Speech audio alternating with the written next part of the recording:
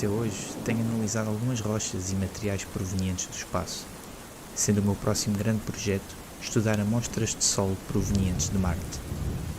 Ao longo dos anos, o entusiasmo de manusear objetos espaciais tinha desaparecido, e o meu trabalho ficou reduzido a uma simples rotina de examinar e anotar as características de tudo o que chegava à minha secretária.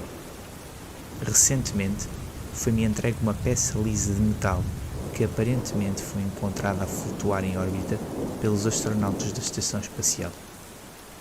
Inicialmente, quando examinei o pedaço de metal, fiquei intrigado pela sua forma. Parecia ter sido criado por alguém e lançado para o espaço. Não era maior que um carregador de computador e tinha cantos arredondados, mas lisos, como as pedras encontradas no rio. Foi um achado interessante e estava entusiasmado para analisar o objeto. Fiquei surpreso que ninguém tivesse considerado que provavelmente foi lançado para o espaço por alguém, porque a chance deste dispositivo ter sido criado naturalmente é muito pequena. Estava a rodar o objeto com as minhas luvas quando reparei pela primeira vez que tinha uma pequena ranhura do lado esquerdo. O meu coração começou a acelerar. Coloquei um pequeno pedaço de papel na ranhura e o objeto começou a mudar de forma. O metal começou a derreter como chocolate e formou-se uma forma inteiramente nova. Agora apenas existia um buraco circular no lado do artefacto que parecia não ter fim, pois mesmo ao tentar não conseguia ver o fundo. Afastei-me do objeto quando me apercebi que claramente estava a trabalhar com tecnologia tão avançada que ultrapassava o nosso conhecimento. Isto tinha de ser levado aos meus superiores imediatamente. De alguma forma, durante todo o processo de retirar isto do espaço e de o trazer para a minha secretária, ninguém tinha reparado que o exterior metálico escondia componentes tecnológicos no seu interior. Isto também explicava a razão pela qual o objeto ainda não tinha sido levado por organizações governamentais duvidosas. O objeto tinha parado de se mover e estava inerte na minha mesa. Por um lado, eu sabia que isto estava muito para além do meu conhecimento. Por outro, uma estranha curiosidade estava a pedir que eu investigasse um pouco mais. Talvez pudesse descobrir a sua função. Demorei horas a chegar a alguma conclusão. Sempre que colocava algo no buraco, todo o objeto começava a mudar de forma, até que se fechava à volta do objeto inserido, igualando perfeitamente a sua forma.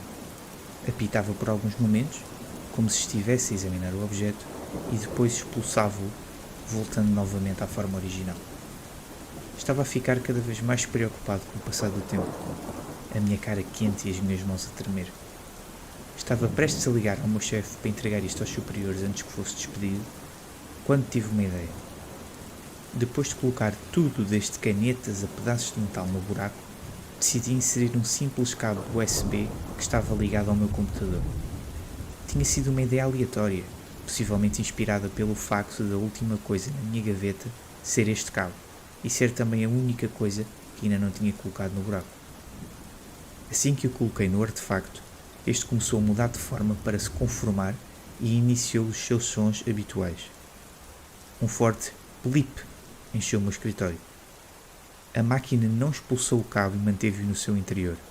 O meu coração começou a bater em antecipação.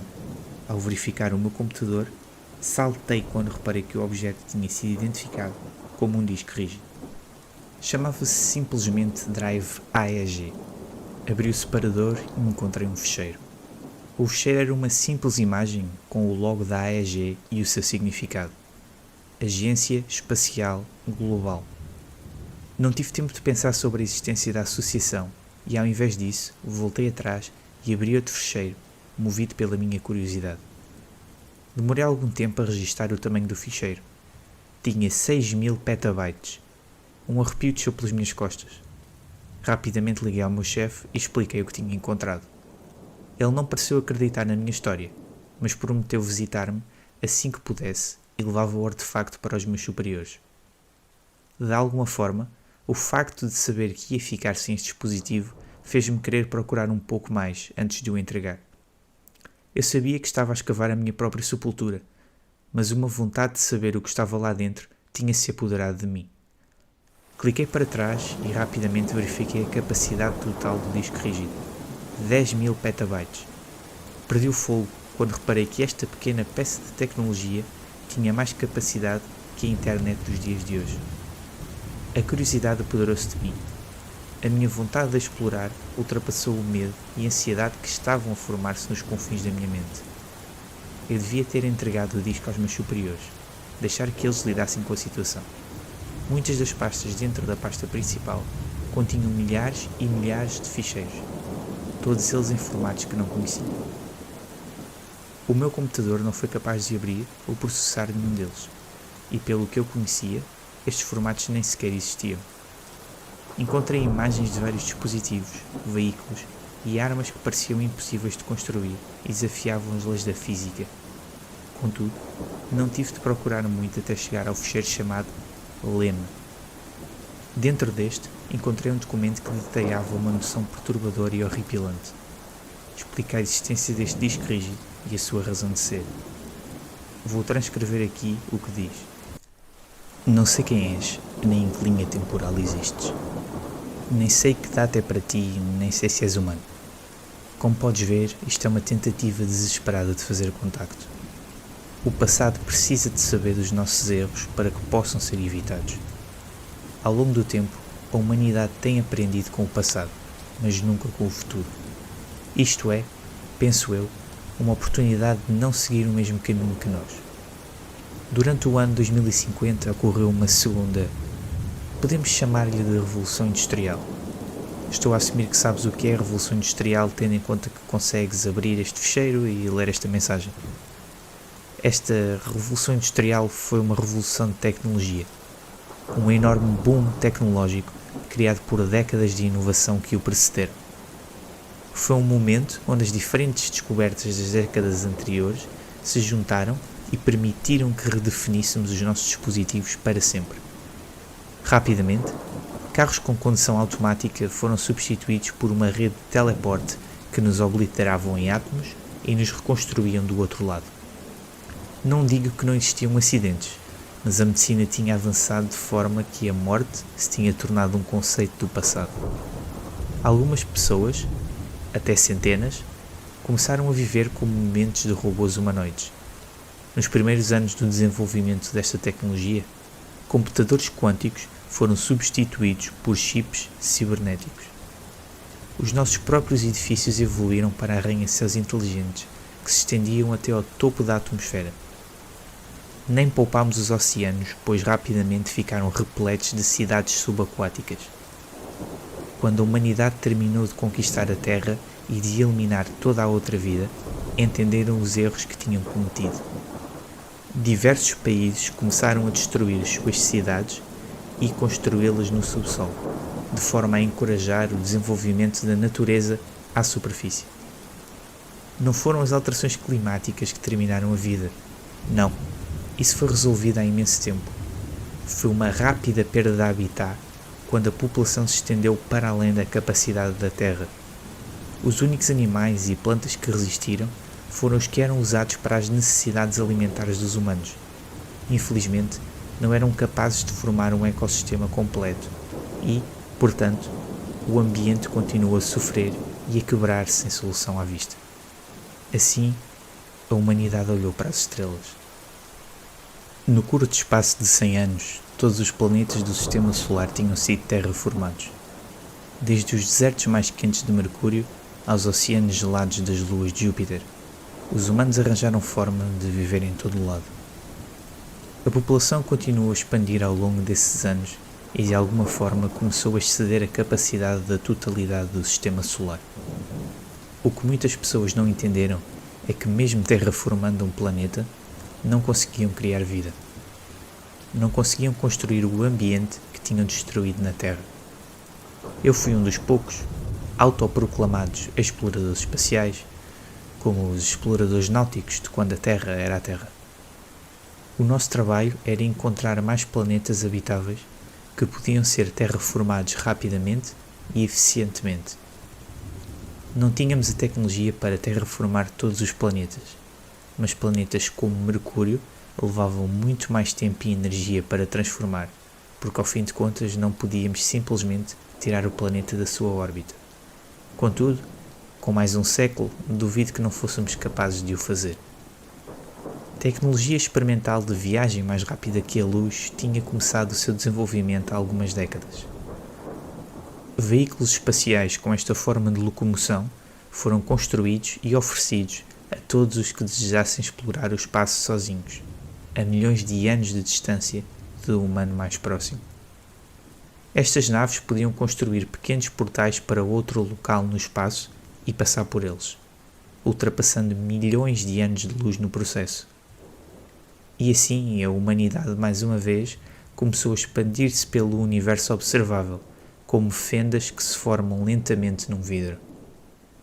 Não encontramos nenhuma outra forma de vida durante as nossas explorações e acreditamos que estávamos realmente sozinhos.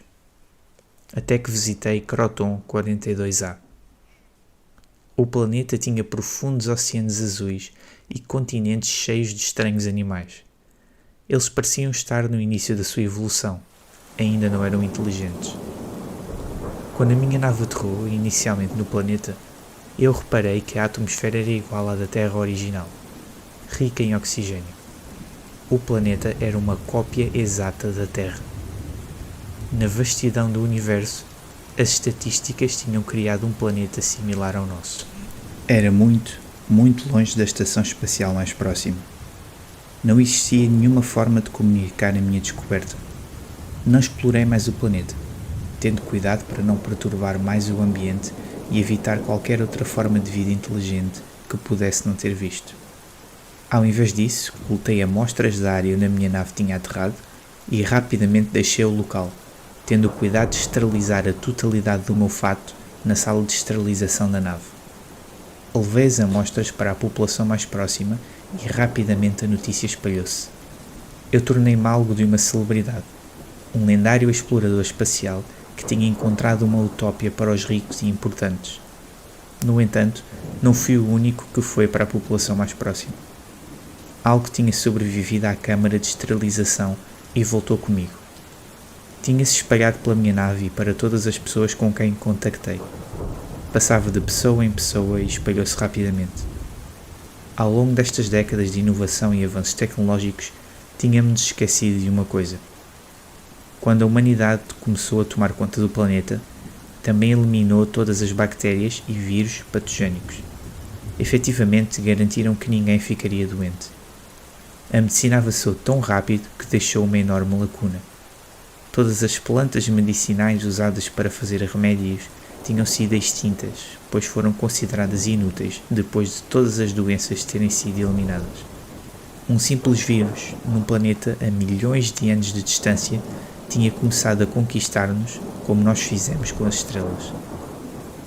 Tal como construímos grandes redes de conversores de calor e luz à volta das estrelas, esta doença começou a circundar-nos. No primeiro ano, metade da população humana tinha morrido.